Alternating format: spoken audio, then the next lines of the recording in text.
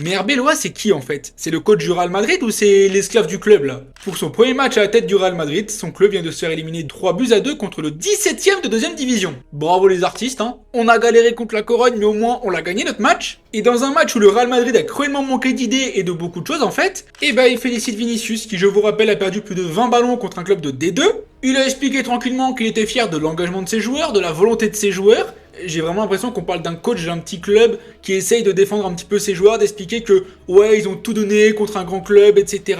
Il est au courant qu'il a le droit quand même de dire un minimum la vérité. Alors oui, il va pas non plus dézinguer ses joueurs en conférence de presse, mais il peut quand même le dire qu'à un moment Vinicius a pué la merde, je sais pas. Ah bah oui, mais il a réussi 4 dribbles, bon bah ça a été le joueur le plus dangereux. Mais même en fait, on parle d'un mec qui de base candidatait pour le Ballon d'Or, pas un joueur qui peut faire un bon match contre un club de D2, relégable de D2. On parle même pas d'un club qui va être promu en Ligue l'année prochaine, hein. Mais je pense qu'Arbeloa il le sait très bien. Il sait très bien que de toute façon, il est là pour l'intérim, il va pas rester longtemps et il peut pas se permettre de flinguer n'importe qui, n'importe quoi. Au Real Madrid, il y a un truc qui est malsain de toute façon. Je ne sais pas quoi, je suis pas dans le club, mais c'est une évidence qu'il y a un truc qui est malsain. Déjà, quand on voit ce qui s'est passé avec Alonso, ça sent la merde derrière, je suis désolé.